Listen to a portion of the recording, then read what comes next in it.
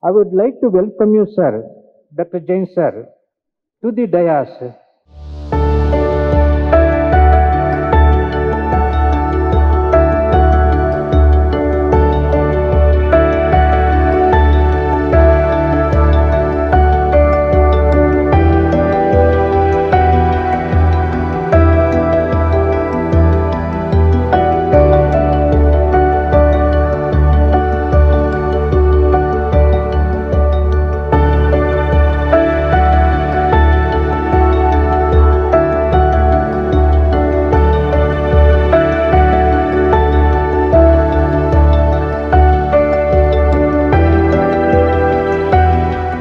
Now I request Dr. G.L. Jain sir to give the inspirational address.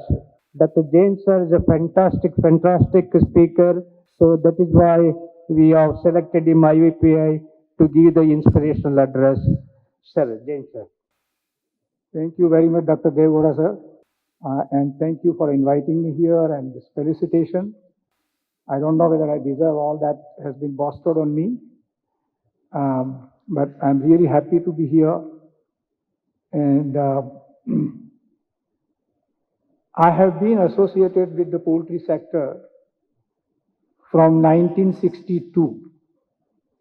It's almost about 6 decades. You know, when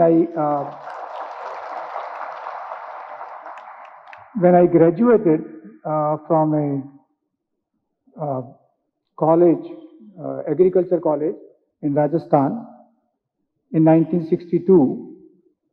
So at that time in Rajasthan, every boy that passes from the agriculture college would get posting in the state government as agriculture extension officer. But because of the China war, all the recruitments were stopped. And our principal of the college, he had certain posts vacant. And so I appeared for that and I got posting. And posting was at the poultry farm. My first posting after the graduation was on the poultry farm. And Dr. Rathod, who was the principal, he was PhD in animal breeding from Iowa State University, and he had a project from USDA sponsored for breeding, poultry breeding. And my job at that time was to mark the attendance of every bird, whether the bird has laid an egg today or not. And at that time, we didn't have the computer, not even the calculators. So we had to do the marking of the attendance and then, you know, total and then brought forward and carried forward and all that.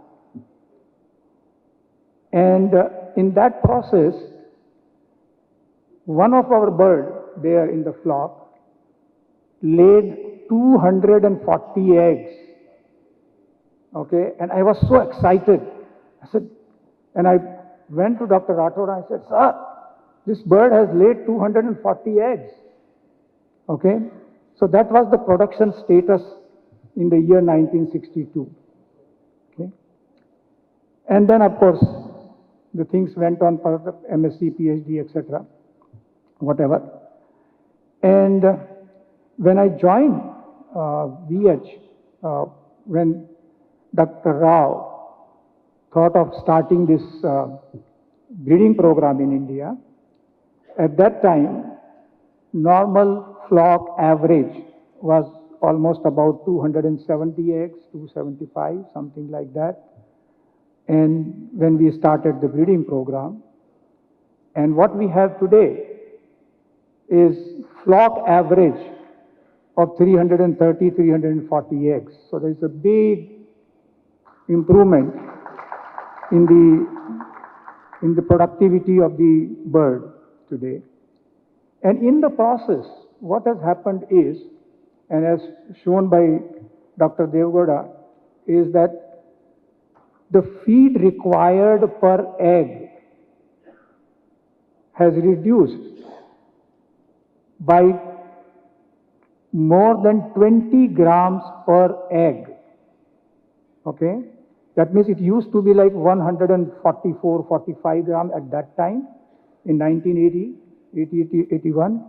Today it is 125, 24 like that. So there's a big improvement of 20 grams of feed per egg. And India at present produces almost about 100 billion eggs. And if you multiply that with 20 gram, you will see a huge number of not only the money saved, but the feed saved. And that has given the boost to the industry as such. And similarly, when we started our breeding program for the broilers in the 1980-81, the feed per kilo body weight requirement was almost about 2.5 kilo, which now have reduced to almost about 1.5 kilo. There is a big saving. And for a bird of 2 kilo, okay, it's a saving of 2 kg of feed. And that has actually resulted in the expansion of the poultry business or poultry sector in our country, and for that purpose everywhere else also, not just in our country, because the geneticists are working all over the world and they are improving the productivity of the bird. You know, I was giving a talk to our breeders meeting one time, and somebody asked me, he says, Dr. Jain, now that you got that 1.5 or 1.4, whatever that you are talking about, can we get 1:1? That means you give 1 kg feed and you get the 1 kg bird. And I said, theoretically, yes. And the reason for that is that the feed contains what, 10% or 11% of moisture, right? And the bird has 70% of moisture. So when you talk about the total solid to the solid, theoretically it is possible. And why I'm saying that, slide please, is, you see, this is the body weight improvement over the years. Okay, what we had is almost about 1400 grams in 1990. Today, the average is more than 2500 grams at the same age. And that's the improvement in the body weight. But that has led to, next one. This is just the calculations for, you know, a farmer which is taking only 10,000 birds per batch and having 6 batches in the year would save almost about 38,000 rupees per annum. That is what it really means. And that is with the just 0.01 change in the FCR. Not much. 0.01. That means if you are getting today 1.5, if you get 1.49, that is the saving. Because for per bird, one bird of 2 kilo, you will sell 20 gram. And with that 20 gram, if you multiply with the today's feed rate, it will come to almost about 200 kg less feed per batch. Right? So that's the saving. And if you talk about the industry as a whole, just 10 gram less feed per kg of body weight, that is improvement in the 0.01 FCR. What you get is 20 gram per bird of 2 kilo, and we have almost about 500 crore broilers raised in this country today. So if you multiply all that, it is about 10 crore kg less feed. And if that is multiplied with the 32 rupees or whatever the rate is, it comes to almost about 320 crore rupees saving per annum and the saving of the feed. So just an improvement of 0.01, which sometimes, you know, we ignore. That, oh, 0.01, how does it matter? No, it does matter. It does matter, and it costs money. So this is the, this thing. And as far as the layer is concerned, okay, as I said, there is a big improvement in terms of the feed required per egg. The red line that you see there, that was the production in the 1985. And what you have today is almost touching to the 100%, almost about 95, 97%, 98 people are getting it. And this is what the, if you draw the curve, that is how it looks like. Okay. So there is a tremendous improvement in the hen day production, and that has led to the decrease in the feed consumption and making the eggs cheaper or affordable for that purpose. What the geneticists are doing now, see, because this area here is already saturated, that means you are already getting that close to 95% production. So the flocks are now being extended to almost about 100 weeks, and that gap that you see there, the gap that you see there between 75% and the 100% there, the geneticists are now trying to bridge that gap as much as possible to further reduce the cost of production. Having said that, in terms of the genetics part of it, another very big, as Dr. Devgowda said, another big, in fact not another, the biggest cost of poultry rearing or poultry sector is the feed cost. Of course, we all know that, right? And this is how the genetics is helping in reducing the feed cost. And as Dr. Devgowda said, we need to really look for alternative ingredient as to whether we can sort of reduce the consumption of the soya or the maize or whatever and reduce that. For sustainable growth of poultry sector, in my opinion, what we really need today to see that the cost of production reduces and so the affordability, because I think all of you probably will agree with me that eggs and the poultry meat is not an essential part of our food, because like grains are essential part, even the milk is essential, for the people, and they will buy it no matter how much it costs. Maybe they will reduce the quantity, but they will buy it.